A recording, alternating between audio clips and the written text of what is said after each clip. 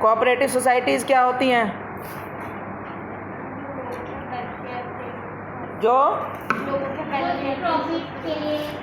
जो प्रॉफिट के लिए स्टार्ट नहीं की जाती, बल्कि उनका मेन ऑब्जेक्टिव क्या होता है? लोगों का या आपसी वेलफेयर। जो इसके मेंबर्स बनते हैं वो अपने वेलफेयर के लिए, आपसी वेलफेयर के लिए, कि सबका भला हो, और इसका जो मोटिव है वो प्रॉफिट अर्निंग नहीं होता। तो किस टाइप का वेलफेयर ये चाहते हैं मेनली? क्यों इनकी शुरुआत मेनली किस लिए की गई थी? कल मैंने बताया था आपको, टू प्रिवेंट देमसेल्व्स, ठीक है, to save themselves from the exploitations of middle man. कि जब भी हम कोई काम करते हैं तो बीच में मिडल मैन आ जाते हैं और वो मिडल मैन हमें पूरा बेनिफिट किसी चीज़ का नहीं मिलने देते। जैसे कि एक मैन्युफैक्चरर कोई सामान बनाता है और बीच में कस्टमर्स तक जब वो सामान पहुंचता है, कंज्यूमर्स तक, तो बीच में कई सारे मिडल मैन आते हैं और वो मिडल मैन अपना प्रॉफिट मार्जिन रखते हैं। तो अगर वो रीज़नेबल प्रॉफिट मार्जिन रखें तब तो वो एक्सप्लॉयटेशन एक टाइम नहीं भी होगा। लेकिन मिडल मैन कई तरह की ऐसी एक्टिविटीज़ करते हैं जो कि हमारे लिए एक्सप्लॉयटेटिव होती हैं, जैसे मिलावट कर देना, सामान पूरा ना देना, सामान की क्वालिटी वो ना देना जिसके हमारे से पैसे चार्ज किए गए हैं, या एक्सेसिव प्रॉफिट मार्जिन रख लेना, टाइम पर सामान अवेलेबल ना करना, सामान होल्ड कर लेना जानबूझकर। जब स्केर्सिटी आ रही है तो अभी आपने देखा ना, दवाइयों की बहुत होल्डिंग शुरू हो गई थी। होल्ड करना मतलब जमाखोरी कर लेना, कि जब उन्हें लग रहा है कि सामान को लेने वाले बहुत सारे लोग हैं तो उस सामान को उस वक्त उनको अवेलेबल ना करवा के सामान की स्केर्सिटी शो कर दी जाती है कि सामान अवेलेबल नहीं है। इसके बाद जिसको मजबूरी है, जिसको वो सामान लेना बहुत ज़रूरी है, उस व्यक्ति को मजबूरी में वो सामान ज़्यादा पैसे देकर लेना पड़ सकता है। इसको कहते हैं होल्डिंग, ब्लैक मार्केटिंग, ठीक है। एडल्ट्रेशन, मिलावट करना मतलब एडल्ट्रेशन करना। तो एक्सप्लॉयटेशन मतलब शोषण करना। एक्सप्लॉयटेशन का मतलब क्या है? शोषण करना। तो शोषण करते हैं, तो उस शोषण से अपने आप को बचाने के लिए लोग क्या कर सकते हैं? अपनी कोऑपरेटिव सोसाइटीज़ स्टार्ट कर सकते हैं। जैसे क्योंकि क्या होता है, जो बड़े कंज्यूमर्स होते हैं, जो बहुत बड़े मात्रा में सामान खरीदना है, वो लोग तो डायरेक्ट मैन्युफैक्चरर से होलसेल में ऑर्डर देकर उनसे अपनी मर्जी का सामान ले सकते हैं। लेकिन जो छोटे छोटे कंज्यूमर्स हैं वो लोग क्या करते हैं? अपने आप को संगठित कर लेते हैं एज कोऑपरेटिव सोसाइटी, ठीक है। और उससे फिर क्या होता है कि वो कोऑपरेटिव सोसाइटी के रूप में अपने आप को संगठित कर लिया और इसके बाद वो as a large purchaser directly manufacturer से कांटेक्ट करके या बड़े होलसेलर से कांटेक्ट करके उस सामान को, जो भी बाकी के जो मेंबर्स हैं जो चाहते हैं कि हाँ हमारा ये एक्सप्लॉयटेशन ना हो, उससे अपने आप को बचा सकते हैं, ठीक है। तो ये जो शुरुआत है कंज्यूमर कोऑपरेटिव सोसाइटी से हुई थी। लेकिन एक्सप्लॉयटेशन सिर्फ कंज्यूमर का नहीं होता, एक्सप्लॉयटेशन किसी भी फील्ड में हो सकता है, किसी का भी हो सकता है, ठीक है। जैसे कि छोटे फार्मर्स, आपने पढ़ा होगा हिस्ट्री में भी कि छोटे फार्मर्स को जो लोकल मनी लैंडर्स हैं वो एक्सप्लॉयट करते थे, सुना है आपने, है ना। ऐसे ही तो उसके लिए क्रेडिट कोऑपरेटिव बैंक्स बनाए गए, ठीक है। ऐसे ही छोटे किसान का माल मार्केट तक पहुंचाने में ही बहुत सारे बीच में दलाल आ जाते थे, जिसको मिडल मैन, जो कि उनसे सामान खरीदेंगे बहुत कम दामों में, उनकी मजबूरी का फ़ायदा उठाएंगे और वो लोग खुद शहर नहीं जा सकते, ट्रांसपोर्टेशन वगैरह, उनके पास थोड़ा थोड़ा सामान होता है तो उनकी ना तो बार्गेनिंग पावर होती है ना नॉलेज होती है, और उनको लगता है कि अगर मैं अपना सामान खुद शहर में लेकर गया तो उसकी ट्रांसपोर्टेशन कॉस्ट अकेले की इतनी पड़ जाएगी कि वो सामान शहर तक नहीं पहुंच पाएगा। तो वो जो छोटे प्रोड्यूसर्स हैं, छोटे फार्मर्स हैं, वो अपना सामान मिडल मैन को सस्ते, औने पौने दामों पर, सस्ते दामों पर दे देते थे। तो ये भी एक्सप्लॉयटेशन है। तो इस तरह से डिफरेंट टाइप्स के एक्सप्लॉयटेशन डिफरेंट फील्ड में मिडल मैन करते रहते हैं, और उस एक्सप्लॉयटेशन से प्रोटेक्ट करने के लिए कोऑपरेटिव सोसाइटीज़ की शुरुआत हुई, ठीक है। आप लोग क्लास रेगुलरली नहीं अटेंड करते, ये चीज़ें मैंने कल बताई थी। कोऑपरेटिव सोसाइटीज़ एक रजिस्टर्ड ऑर्गेनाइजेशन होती है। रजिस्टर्ड ऑर्गेनाइजेशन मतलब कि इसकी गवर्नमेंट के पास इसकी पहले रजिस्ट्री होती है, इनकॉर्पोरेशन होता है, रजिस्ट्रेशन होता है under section cooperative societies act 1912, ठीक है। इनका जो एक्ट है वो क्या है, इंडियन कोऑपरेटिव सोसाइटीज़ एक्ट 1912 में कोऑपरेटिव सोसाइटीज़ के को रेगुलेट करने से रिलेटेड सारे पॉइंट्स दिए हुए हैं। वो कैसे बनेंगी, क्या उसका प्रोसीजर होगा, क्या वो कर सकती हैं, क्या नहीं कर सकती, कैसे वहाँ डिसीज़न लिए जाएंगे, ये सब चीज़ें कोऑपरेटिव सोसाइटीज़ एक्ट 1912 में बताई गई है। ठीक है। तो ये एक रजिस्टर्ड ऑर्गेनाइजेशन है जिसकी शुरुआत ही तब होती है, मतलब कोई भी कम से कम 10 मेंबर मिलकर एक कोऑपरेटिव सोसाइटी की स्टार्ट कर सकते हैं और वो मेंबर्स मिलकर उसके लिए कैपिटल कंट्रीब्यूट करते हैं और वो लोग इसके मेंबर कहलाते हैं और वो फिर उस कैपिटल से कलेक्टिव एफर्ट्स करते हुए वो चीज़ें खरीदी जाती हैं, वो फैसिलिटीज़ अवेलेबल करवाई जाती हैं जो वो लोग इंडिविजुअली नहीं कर पाते। अकेले करने में जो प्रॉब्लम हो रही है जिन चीज़ों की, वो काम वो इंडिविजुअली करने की बजाय फिर वो कलेक्टिवली करते हैं। ठीक है। इसके फीचर्स भी मैंने कल करवाने शुरू किए थे। देखिए इसमें पहला फीचर जैसा कि आपको दिख रहा है इसमें वॉलंटरी मेंबरशिप, कि इसका कोई भी व्यक्ति, वॉलंटरी का मतलब क्या होता है, अपनी इच्छा से, कोई प्रेशर नहीं है, कोई दबाव नहीं है, जो मर्जी व्यक्ति जो चाहता है कि मुझे एक्सप्लॉयटेशन से अपना बचाव करना चाहता है, प्रोटेक्ट करना चाहता है, वो व्यक्ति अपनी इच्छा से कंपनी में शेयर्स खरीदते हुए कंपनी की कैपिटल में अपना कंट्रीब्यूशन करते हुए उसका मेंबर बन सकता है और उसको जो एक्सप्लॉयटेशन है उससे वो अपने आप को प्रोटेक्ट कर सकता है। दूसरा है legal status, registration of a cooperative society is compulsory. कल मैंने बताया था पार्टनरशिप का रजिस्ट्रेशन कंपलसरी नहीं है, लेकिन एक कोऑपरेटिव सोसाइटी का रजिस्ट्रेशन कंपलसरी है। It accords a separate identity to the society, मतलब कोऑपरेटिव सोसाइटी को एक सेपरेट आइडेंटिटी मिल जाती है। ये बात मैंने आपको पहले भी बताई है कि रजिस्ट्रेशन का मतलब क्या होता है, कि उस चीज़ को हम कानूनी रूप से अस्तित्व में लाते हैं, समाज को पता चलता है, गवर्नमेंट को पता चलता है कि इस टाइप की एक ऑर्गेनाइजेशन भी काम कर रही है। ठीक है। तो इसकी एक सेपरेट लीगल एंटिटी होती है। The society can enter into contracts and hold property in its name, sue and be sued by others. ठीक है। ये स्यू एंड बी स्यूड मतलब ये केस कर सकती है और इसके ऊपर केस हो भी सकता है। लिमिटेड लायबिलिटी, लिमिटेड लायबिलिटी का मतलब क्या है,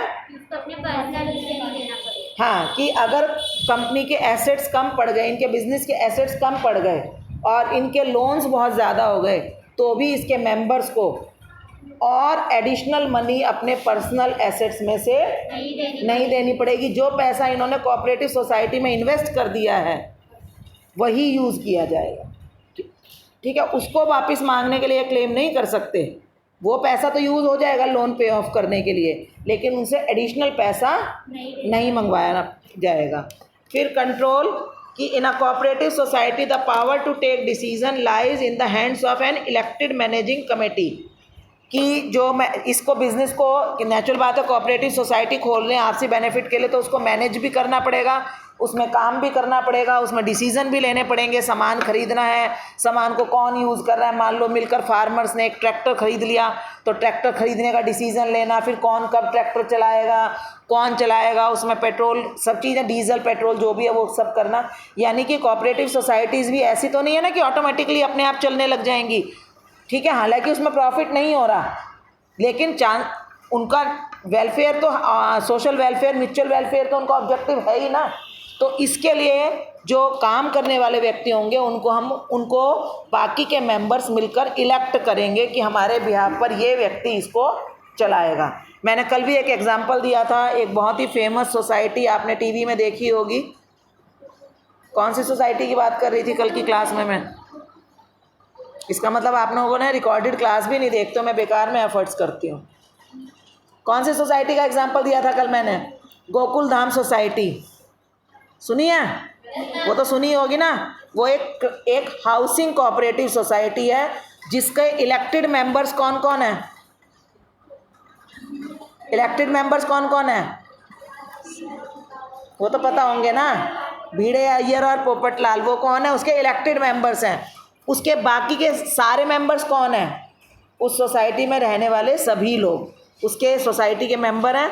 सबने मिलकर उसको कलेक्टिवली पैसा लगाकर वो सोसाइटी के फ्लैट्स बनाए होंगे ठीक है। सोसाइटी के फ्लैट्स बनाने के बाद बाकी की उसकी मेंटेनेंस का काम, उसको कैसे उसमें रख रखाव का काम, उससे रिलेटेड डिसीजन लेने की जिम्मेदारी किसको दे दी गई है?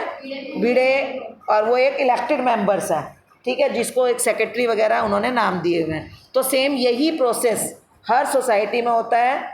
किसी भी सोसाइटी में कुछ मेंबर्स को इलेक्ट कर दिया जाता है कि आप डिसीज़न लोगे, और वो उनके सारे मेंबर्स के बिहाफ पर डिसीज़न लेते हैं, तो उनका बिजनेस पर कंट्रोल होता है। इसके बाद सर्विस मोटिव की जो क्रेडिट कोऑपरेटिव सोसाइटी है उसका मेन मोटिव क्या है? सर्विस। उनका प्रॉफिट हो सकता है, डिसीजन लेते हुए थोड़ा बहुत प्रॉफिट हो सकता है, लेकिन मेन मोटिव इनका सभी लोगों का भला करना है, सभी लोगों के आपसी वेलफेयर के लिए ही ये काम करती है, ठीक है। मेरिट्स क्या हैं इसके? कि एक तो इसमें इक्वालिटी इन वोटिंग राइट्स है, कि सभी लोगों को इक्वल राइट होता है वोट देने का, ठीक है। कोई भी जब डिसीजन लिया जाता है तो उस वक्त वो लोग बाकी के मेंबर्स की भी, जब खास तौर पर डे टू डे के डिसीजंस तो वो ले सकते हैं, लेकिन जब कोई ख़ास डिसीज़न लेना हो, ठीक है, कोई इम्पॉर्टेंट डिसीज़न लेना हो, तो सभी मेंबर्स की मीटिंग भी कॉल की जा सकती है और सभी मेंबर्स मिलकर उस डिसीज़न के फेवर में या उसके अगेंस्ट अपना वोट दे सकते हैं। तो सभी के मतलब एक तरह से सलाह सबकी चलती है। इक्वलिटी का मतलब यहाँ पर ये भी है कि सभी लोगों को इक्वल राइट है, मतलब ये नहीं है कि किसी ने ज़्यादा, इसमें वन मैन वन वोट का कंसेप्ट चलता है। वन मैन वन वोट का मतलब क्या है? हाँ, एक मेंबर को एक वोट मिलेगा, चाहे उसने ज़्यादा कैपिटल लगा रखी है या कम कैपिटल लगाई है बिजनेस में, उस वाले कोऑपरेटिव में कितने शेयर्स खरीदे हैं इस बात पर डिपेंड नहीं करता, बल्कि उसकी मेंबरशिप पर डिपेंड करता है। एक व्यक्ति को एक वोट मिलता है। दूसरा है इसमें बेनिफिट लिमिटेड लायबिलिटी, है ना। बाकी के जैसे कौन से बिजनेस है जिसमें लायबिलिटी लिमिटेड नहीं होती? कौन सी टाइप्स ऑफ ऑर्गेनाइजेशन है? जॉइंट हिंदू फैमिली में लायबिलिटी लिमिटेड होती है, अनलिमिटेड? एक की अनलिमिटेड होती है और बाकी, हाँ, एक की अनलिमिटेड होती है, बाकियों की लिमिटेड होती है। पार्टनरशिप में सबकी लायबिलिटी अनलिमिटेड होती है, लेकिन वो चाहें तो किसी एक पार्टनर को या कुछ पार्टनर्स को लिमिटेड लायबिलिटी पार्टनर भी बना सकते हैं। सोल प्रोप्राइटरशिप में लायबिलिटी बिल्कुल अनलिमिटेड होती है, लेकिन जो क्रेडिट कोऑपरेटिव सोसाइटीज़ हैं उसमें सबकी लायबिलिटी लिमिटेड होती है, ठीक है। तो यहाँ पर रिस्क कम होता है। फिर स्टेबल एग्जिस्टेंस। स्टेबल एग्जिस्टेंस का मतलब क्या है? स्टेबल एग्जिस्टेंस का मतलब क्या है? हाँ, किसी की डेथ वगैरह से इसकी सोसाइटी की रनिंग पर कोई असर नहीं पड़ता, जबकि जो बाकी के ऑर्गेनाइजेशंस हैं उसमें असर पड़ता है, बंद भी हो सकते हैं बिजनेस। Economy in operations.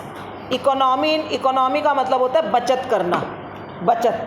वैसे तो इकोनॉमी के अलग अलग मीनिंग्स हैं, यहाँ पर इकोनॉमी का मतलब है बचत। ऑपरेशंस मतलब काम, कि जो ये काम करते हैं, जो भी अपनी ऑर्गेनाइजेशन में ये कर रहे हैं, उसमें इकोनॉमी रहती है, बचत पूर्ण तरीके से करते हैं, क्योंकि इनको कोई बाहर के कस्टमर्स को अट्रैक्ट नहीं करना। ये लोग आपसी वेलफेयर के लिए सब लोग जब मिलजुल कर काम कर रहे हैं, तो वो उन्हें किसी दूसरे को अट्रैक्ट करने के लिए कोई अलग से शोषा नहीं करना, है ना। दूसरा क्या है कि ये लोग जब एक बड़े परचेज़र के रूप में काम करते हैं, तो ये सामान भी इनको सस्ता मिल जाता है, इनकी बार्गेनिंग पावर बढ़ जाती है। तो इस तरह से इनके जितना भी काम होता है उसमें एक्स्ट्रा जो खर्चे हैं वो बहुत कम होते हैं, और सामान की जो कॉस्ट है वो कंपैरेटिवली लो पड़ जाती है। अगर वो इंडिविजुअल ख़रीदेंगे तो वो सामान महंगा मिलेगा, ठीक है। इकोनॉमी इन ऑपरेशंस ये बहुत इंपॉर्टेंट पॉइंट होता है, कई जगह पर आता है, इसको समझ लो कि काम करने में बचत, ठीक है। इसके बाद है ease support from government. Support from government की गवर्नमेंट भी इसको कई बार सपोर्ट करती है। हाँ, सपोर्ट फ्रॉम गवर्नमेंट की कोऑपरेटिव सोसाइटीज़ क्योंकि म्यूचुअल वेलफेयर के लिए बनाई जाती हैं, इसलिए ये गवर्नमेंट भी इनको अपनी फाइनेंशियल सपोर्ट देती है। ये बच्चे इतनी लेट क्यों क्लास ज्वाइन कर रहे हो आप लोग?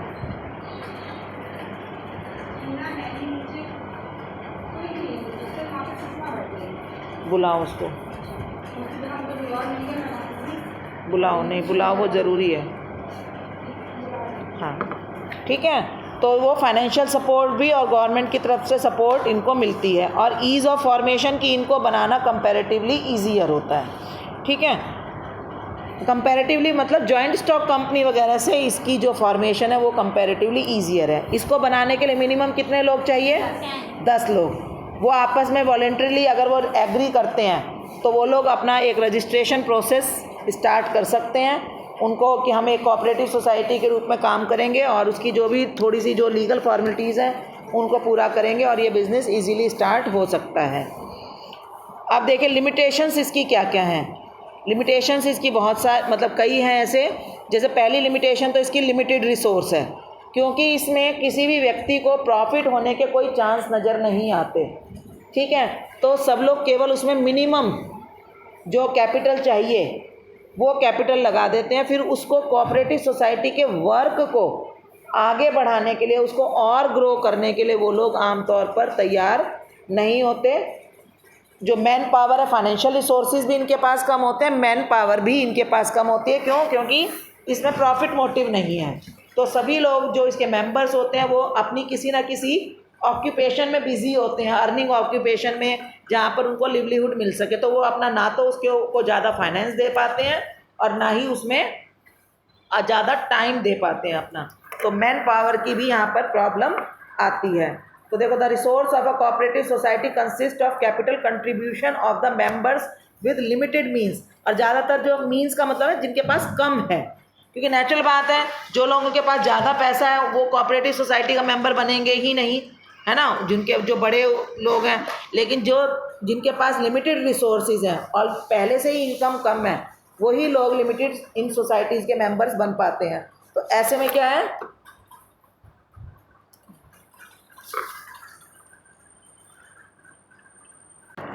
हाँ, तो इसके the low rate of dividend offered on investment also acts as a deterrent in attracting membership. Deterrent मतलब एक तरह से वो रोकता है कि क्योंकि इसमें प्रॉफिट, डिविडेंड क्या होता है? डिविडेंड होता है कि जब बहुत सारे लोग मिलकर कोई प्रॉफिट अर्न करते हैं तो जो प्रॉफिट के फिर डिवीज़न हो जाती है ना अलग अलग लोगों में, तो एक व्यक्ति के हिस्से में प्रॉफिट का जो पार्ट आता है उसको डिविडेंड बोला जाता है। कॉमर्स की लैंग्वेज में, बिजनेस स्टडीज़ की लैंग्वेज में डिविडेंड का मतलब है the part of profit which is divided या distributed to the share holders is called dividend. ठीक है, तो ये भी इस वजह से लोग यहाँ पर पहले कैपिटल उनके पास है भी नहीं और उसको कैपिटल प्रोवाइड करने के लिए कोई इंसेंटिव भी नहीं है। इनएफिशिएंसी इन मैनेजमेंट, नेचुरल बात है कि जब प्रॉफिट मोटिव नहीं है, पैसा भी नहीं है और इसमें डिवोट करने के लिए लोगों के पास उतना टाइम भी नहीं है, तो इस वजह से जो कोऑपरेटिव सोसाइटीज़ हैं वहाँ पर मैनेजमेंट उतना इफ़ेक्टिव नहीं रह पाता। ठीक है, और the cooperative societies are unable to attract and employ expert managers. जो प्रोफेशनल मैनेजर्स जो डिसीज़न ले सकते हैं वो डिसीजंस की यहाँ पर कमी है। ठीक है ना, क्योंकि वो ना तो उतनी सैलरी पे कर पाते, ना खुद टाइम दे पाते और ना ही वो अच्छे एम्प्लॉय अपने यहाँ हायर कर पाते हैं। ठीक है, the members who offer honorary service, जो मेंबर्स इसके होते हैं, अब जैसे आपने भी देखा होगा ना सीरियल में, क्या उसको भिड़े को या उसको कोई अलग से सैलरी मिलती है उस काम को करने के लिए? वो ऑनरेरी है। ऑनरेरी का मतलब क्या होता है कि सिर्फ अपनी इच्छा से आपने बिना किसी पेमेंट के, बिना कोई बदले में पेमेंट की एक्सपेक्टेशन के अगर कोई काम किया जाता है तो उसको कहते हैं ऑनरेरी वर्क। ठीक है, तो इसलिए ये इतनी अच्छे से नहीं चल पाती। फिर lack of secrecy. Lack of secrecy मतलब कि इसमें जितने भी मेंबर्स हैं उनको सारे डिसीजंस के बारे में पता होता है और बताना ज़रूरी भी होता है। सारे अकाउंट्स भी उनके सामने खोले जाते हैं, कहाँ क्या खर्चा हुआ, क्या चीज़ कितना बचा। तो इसमें जो बिज़नेस में सीक्रेसी नहीं होती, वो तो जितने नंबर ऑफ़ मेंबर्स बढ़ते जाएंगे उतनी ही सीक्रेसी कम होती जाएगी। ठीक है, एक क्रेडिट कोऑपरेटिव सोसाइटी में मिनिमम 10 मेंबर्स हैं, मैक्सिमम कितने हो सकते हैं? कोई लिमिट नहीं। ठीक है, मैक्सिमम की कोई लिमिट गिवन नहीं है। फिर गवर्नमेंट कंट्रोल कि in return of the privileges मतलब जो एक्स्ट्रा बेनिफिट गवर्नमेंट इनको दे रही है, मैंने बताया ना सपोर्ट मिलती है गवर्नमेंट से, तो फिर गवर्नमेंट का इनके ऊपर कंट्रोल भी रहता है। गवर्नमेंट इनके थ्रू अपनी काफ़ी सारे जो पॉलिसी डिसीजंस है गवर्नमेंट के, वो कोऑपरेटिव सोसाइटीज़ के थ्रू इम्प्लीमेंट भी करवाती है। ठीक है, ये इसमें देखो ये भी बताया इन्होंने कि government cooperative societies have to comply with several rules and regulations, comply with मतलब बहुत सारे रूल्स एंड रेगुलेशंस को इन्हें पूरा करना पड़ता है। उन्हें ऑडिटिंग भी करवानी पड़ती है अपने अकाउंट्स, यानी चेक भी करवाने पड़ते हैं, सबमिशन ऑफ अकाउंट एक्सेट्रा, उन्हें अकाउंट्स की रिपोर्ट सबमिट भी करनी पड़ती है गवर्नमेंट के पास। Interference in the functioning of the cooperative organisation through the control exercise by the state cooperative departments also negatively effect its freedom, कि इनके ऊपर जो है इनडायरेक्टली भी गवर्नमेंट की तरफ से जो है डिफरेंट एजेंसीज आकर इनकी छानबीन करती रहती हैं, जांच पड़ताल करती रहती हैं कि कहीं ऐसा तो नहीं कि कोई कोऑपरेटिव सोसाइटी अपने मेंबर्स के साथ धोखा कर रही हो। ठीक है, कि कोऑपरेटिव सोसाइटी तो बना ली लेकिन उसके जो मेंबर्स हैं उनको पूरे बेनिफिट्स ना मिल रहे हो, तो इसलिए समय समय पर इनकी जांच पड़ताल भी होती रहती है। Differences of opinion, differences of opinion का क्या मतलब होता होगा? अलग अलग राय, कोई भी हो तो मतलब कि कोई भी डिसीजन सर्वसम्मति से लेना डिफ़िकल्ट होता है। लगता है आपको ने सीरियल में देखी है ये चीज़, देखी है? कोई डिसीजन होता है, वो लोग अपने क्लब उसमें आते हैं, सब अपने अपने वो बोलते हैं, कोई लड़ता है, फिर लास्ट में क्या होता है, एक दो व्यक्ति ना भी फेवर करे तब भी डिसीज़न ले ही लिया जाता है कि यहाँ पर जो डिसीजन है ज़्यादातर वो मेजॉरिटी से लिया जाता है ना। ज़्यादातर पोपटलाल डिसीजन को कैंसिल करवाता है ना।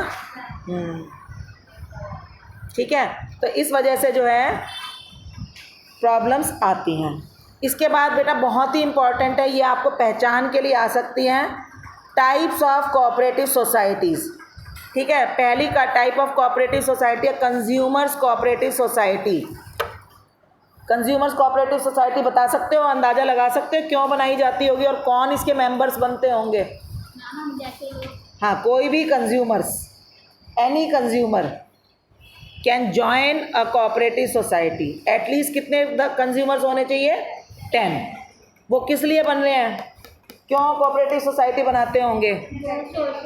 ताकि उनको जो आइटम्स हैं सस्ते में, ओनली सस्ते में नहीं, हर तरह का एक्सप्लॉयटेशन से बच जाएं, उनको अच्छी क्वालिटी का सामान रीज़नेबल रेट पर सही क्वांटिटी में सही टाइम पर मिल जाए।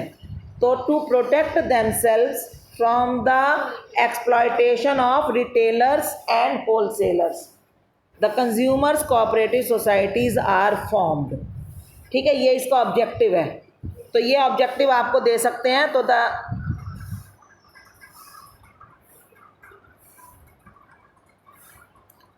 the society aims at eliminating the middleman to achieve economy in operations. It purchase goods in bulk directly from the wholesaler, bulk का मतलब बड़ी मात्रा में सामान खरीदा, और इसके बाद sells good to the members thereby eliminating, जो छोटे छोटे और रिटेलर्स हैं उनको एलिमिनेट कर देते हैं। एलिमिनेट करना मतलब हटा देना।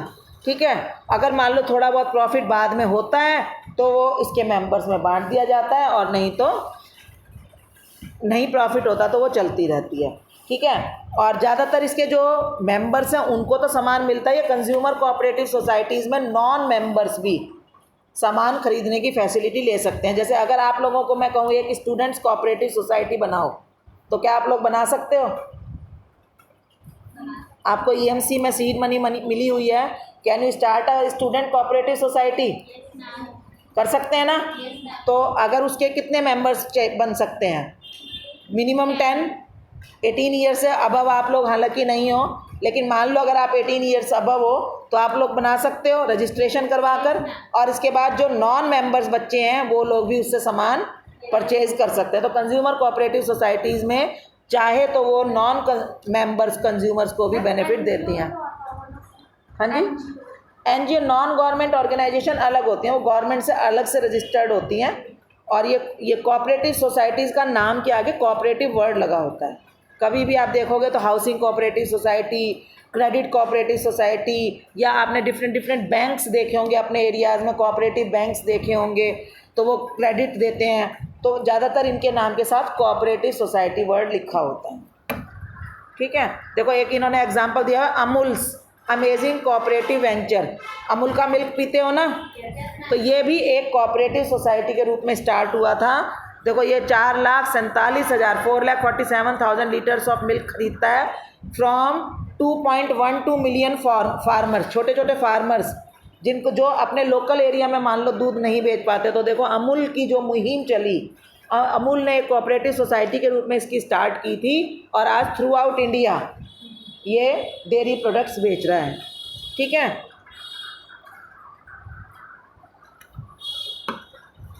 इसके बाद सेकंड टाइप है प्रोड्यूसर्स कोऑपरेटिव सोसाइटी। दिख रही है आपको? हाँ जी, प्रोड्यूसर्स कोऑपरेटिव सोसाइटी क्या होती होगी बताओ, नाम से पता चल रहा है। कौन मिलकर बनाते होंगे? कौन मिलकर ये सोसाइटी बनाते होंगे? प्रोड्यूसर्स कौन होते हैं? सामान बनाने वाले लोग, छोटे प्रोड्यूसर्स जिनको कोई सॉफिस्टिकेटेड मशीन्स चाहिए, नॉलेज कम है, ठीक है, उन्हें कोई ऐसा रॉ मटेरियल चाहिए जो किसी इम्पोर्टेड क्वालिटी का है या अच्छी क्वालिटी का है, उनको रॉ मटेरियल ख़रीदने में प्रॉब्लम हो रही है, या वो छोटे छोटे फार्मर्स प्रोड्यूसर्स हैं, रॉ मटेरियल अगर थोड़ा थोड़ा मंगाते हैं तो महंगा पड़ता है। तो इन सारी प्रॉब्लम्स से बचने के लिए small producers can form a producers cooperative society, जो उनको अलग अलग टाइम पर अलग अलग तरह की प्रोडक्शन फैसिलिटीज़ प्रोवाइड करवाता है। ट्रेनिंग लेना, मशीन्स नए नए जो भी अपग्रेडेशंस आ रहे हैं उनकी नॉलेज देना, वो टेक्निकल नॉलेज उनको प्रोवाइड करवाना, रॉ मटेरियल अवेलेबल करवाना, एक सही प्राइस पर उनको सामान उपलब्ध करवाना, ये सारा काम किसका है? किसका होगा? Producers cooperative societies. ठीक है, the society aims to fight against the big capitalist, कि वही बिजनेस बड़ा एक बिजनेसमैन कर रहा है तो उनके सामने अकेले वो compete नहीं कर पाते, तो वो लोग क्या कर सकते हैं? कलेक्टिवली जो है वो compete करते हैं थ्रू अ कोऑपरेटिव सोसाइटी। ठीक है, तो ये मैंने आपको कल एग्जांपल दे रही थी, महिला पापड़ उद्योग, लिज्जत पापड़ जो है वो इसी एक कोऑपरेटिव सोसाइटी के रूप में लिज्जत पापड़ बनाया जा रहा है, महिला गृह उद्योग ऐसे करके सोसाइटी है। ठीक है, फिर मार्केटिंग कोऑपरेटिव सोसाइटी क्या होता होगा? मार्केटिंग, दुकानदार या छोटे प्रोड्यूसर्स अपने प्रोडक्ट को बेचने में उनको जो प्रॉब्लम आती है, बताया ना मैंने, छोटे किसानों को प्रॉब्लम क्या आती है? वो अपना सामान शहर की बड़ी मंडी तक नहीं ले जा पाते। क्यों नहीं ले जा पाते? Transport problem. अगर उनका सामान कम होता है लेकिन ट्रक उन्हें पूरा हायर करना है तो ट्रांसपोर्टेशन कॉस्ट बढ़ जाएगी। वेयर हाउसिंग प्रॉब्लम, अपना सामान वो सही तरह से स्टोर नहीं कर सकते, जिससे क्वालिटी ख़राब होने का खतरा है। ठीक है, फिर उनके पास थोड़ा सा सामान होता है तो वो बड़े व्यापारियों के सामने खुलकर अपने प्रोडक्ट की प्राइस भी नहीं सेट कर पाते जितनी होनी चाहिए। तो इसकी प्रॉब्लम क्या है कि वो छोटे मिडलमैन उनसे सामान खरीद लेते हैं। ऐसे ही स्मॉल प्रोड्यूसर्स, एक्सपोर्ट करना है हमें सामान, तो छोटे प्रोड्यूसर के लिए एक्सपोर्ट करना भी डिफ़िकल्ट है, विदेशों में सामान भेजना, वहाँ की जानकारी लेना, कागज़ पूरे करना। तो इस सब प्रॉब्लम से बचने के लिए क्या बन जाती है? Marketing cooperative society. तो the member consist of producers who wish to obtain reasonable prices for their output. ठीक है, वो सामान बना भी रहे हैं और बेच भी रहे हैं अभी टाइम में।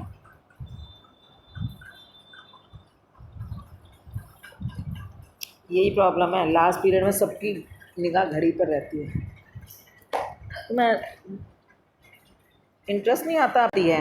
ठीक है, मार्केट में कॉम्पिटिटिव पोजीशन को मेंटेन करने के लिए ये सोसाइटीज़ काम करती हैं और उनको एक अच्छा प्राइस अपने प्रोडक्ट के लिए दिलवाने में हेल्प करती हैं। ठीक है, ये सारी तरह की फैसिलिटीज़ देते हैं। देखो, it pools the output of individual members and performs marketing functions like transportation में हेल्प करना, वेयर हाउसिंग, सामान को प्रोटेक्ट करने में हेल्प करना, सेफ गार्ड करने में, पैकेजिंग करना, उनके प्रोडक्ट की क्वालिटी डिटरमाइन करना कि आपका प्रोडक्ट किस क्वालिटी का है, उसके अकॉर्डिंगली उनको प्राइस मिल जाए, ये सारा काम करती हैं। फिर फार्मर्स कोऑपरेटिव सोसाइटी, ये क्या होती होंगी? नाम से पता चल रहा है, किसानों के लिए। तो किसानों को किस तरह की फैसिलिटीज़ ये प्रोवाइड करवाती होंगी? पीछे भाई साहब सो रहे हो? हाँ बताओ, फार्मर्स कोऑपरेटिव सोसाइटीज़ क्या होती होंगी? नाम से पता चल रहा है। हाँ जी बोलो।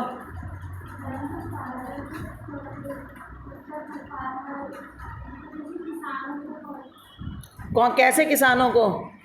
छोटे किसानों के जिनकी लैंड कम है, वो लोग मिलकर क्या कर सकते हैं? एक कोऑपरेटिव सोसाइटी बना सकते हैं। ठीक है ना, उस वहाँ पर वो लोग क्या चीज़ें अरेंज कर सकते हैं? सीड्स, फर्टिलाइजर्स, ट्रैक्टर्स, हार्वेस्टर्स, है ना, इरिगेशंस, यानी वो सारी मशीनरी जो एक मॉडर्न एग्रीकल्चर में चाहिए, उनको वो कलेक्टिवली इकट्ठा कर लेते हैं। छोटे छोटे किसान अपने इंडिविजुअल लेवल पर इन चीज़ों को परचेज़ करना उनके लिए डिफ़िकल्ट है ना। बड़े किसान तो कर लेंगे लेकिन छोटे किसान नहीं कर पाएंगे, तो वो कैसे कर सकते हैं इस काम को? Through cooperative societies. ठीक है। क्रेडिट कोऑपरेटिव सोसाइटीज़ ये क्या होती होंगी? Easy credit at reasonable terms to the small borrowers, जिनकी छोटी छोटी ज़रूरतें हैं उनको लोकल मनी लैंडर्स के एक्सप्लॉयटेशन से बचाने के लिए। ये वाला एक्सप्लॉयटेशन तो आप लोगों ने भी देखा होगा, आप लोगों ने आजकल की तो मूवीज़ में ये चीज़ कम दिखती है। पुरानी अगर आप मूवीज़ देखोगे तो बहुत सारी मूवीज़ हैं जिसमें लोकल मनी लैंडर के कारण एक्सप्लॉयटेशंस के दिखाए जाते थे। जैसे नया दौर एक मूवी थी, नाम सुना? गाना तो उसका बड़ा सुना होगा, बहुत फेमस है। नहीं पता? कूड़े जब जब जुल्फें तेरी, वो तो बड़ा, उस पर डांस तो बहुत किया है। तो नया दौर मूवी थी, 2 बीघा ज़मीन मूवी थी, और भी बीच बीच में एक दौर आता था। उस टाइम पर छोटे किसानों के ऊपर मूवी बनती थी। फिर बीच में एक दौर आया जिसमें फैक्ट्री मालिकों और वर्कर्स का एक्सप्लॉयटेशन कैसे हो रहा है उस पर मूवी बनती थी। तो इस टाइप की मूवीज़ टाइम टाइम पर आती रहती हैं। और पता है मूवीज़ जो है समाज का भी एक आईना होती हैं, है ना। समाज में क्या हो रहा है, उस वक्त क्या चल रहा है, वो चीज़ें दिखाती हैं। तो उसमें आप लोगों ने अगर कभी देखें, तो आप लोग देखते नहीं हो मूवीज़, तो उसमें आपको पता चलेगा कि कैसे कैसे मनी लैंडर्स स्मॉल बोरोवर्स को, और पुरानी मुंशी प्रेमचंद की कहानियाँ थी उसमें बहुत ज़्यादा ये दिखाया गया था कि कैसे एक्सप्लॉयटेशन अलग अलग लेवल पर होता है। तो हाँ, उनसे हाई इंटरेस्ट लेना, इंटरेस्ट ले लिया, पैसा चुका दिया, लेकिन फिर भी उनके नाम ना लिखना, ठीक है, झूठे उस पर अंगूठा लगवा लेना, लाइक ये जो प्रॉब्लम्स हैं वो वाली प्रॉब्लम से बचाने के लिए क्रेडिट कोऑपरेटिव सोसाइटीज़ बनाई गई, जिसमें स्मॉल सेवर्स जिनके पास छोटी छोटी सेविंग्स को इकट्ठा करके वो बड़े मेंबर बन गए, उसके कोऑपरेटिव सोसाइटी स्टार्ट हो गई, और वो अपने मेंबर्स को इजी टर्म्स एंड कंडीशंस पर लोन्स प्रोवाइड करवाती हैं। ठीक है, तो वो एक्सेसिव जो हाई रेट्स हैं उनसे उनको बचाती हैं। फिर है कोऑपरेटिव हाउसिंग सोसाइटीज़। ये क्या होती होंगी? जो अभी अभी मैंने एग्जांपल दिया, कौन सा एग्जांपल दिया था अभी? वो क्या है कि छोटे छोटे जो फ्लैट्स बनाने के लिए जो लोग मकान बनाना चाहते हैं, छोटे फ्लैट्स बनाना चाहते हैं, तो वो लोग आपस में मिलकर बड़ी लैंड खरीदते हैं, ठीक है, और उसके ऊपर फिर वो लोग उसमें अपना पैसा कंट्रीब्यूट करते हैं और वो मकान बनाते हैं। तो वो कोऑपरेटिव हाउसिंग सोसाइटीज़ होगी। तो the members of the society consist of people who are desirous of procuring residential accommodation at lower cost. जिनको थोड़े से कम सही रेट पर मकान चाहिए, वो लोग कोऑपरेटिव सोसाइटीज़ के रूप में मकान बनाते हैं। बहुत सारी सोसाइटीज़, बहुत सारे अपार्टमेंट्स जो हम सुनते हैं ना, सोसाइटी में रहते हैं, वो एक्चुअली में हाउसिंग कोऑपरेटिव सोसाइटीज़ होती है। सब लोगों ने मिलकर उस सोसाइटी में पैसा लगाकर वो फ्लैट्स बनाए हुए होते हैं, ठीक है। फिर उनका कलेक्टिव मेंटेनेंस होता है, सब कुछ कलेक्टिवली फिर वो वहाँ पर काम होता है। तो आप अगर जाकर देखो तो जगह जगह पर बोर्ड लगे होते हैं, कोऑपरेटिव सोसाइटी, वो सब रजिस्टर्ड होते हैं, ठीक है। तो इस तरीके से हो गई ये सारी। बस ये यहाँ तक आपने सारा कोऑपरेटिव सोसाइटीज़ तक मैंने आपको करवा दिया। इसके बाद नेक्स्ट टॉपिक है जॉइंट स्टॉक कंपनी, वो मैं नेक्स्ट क्लास में करवाऊँगी।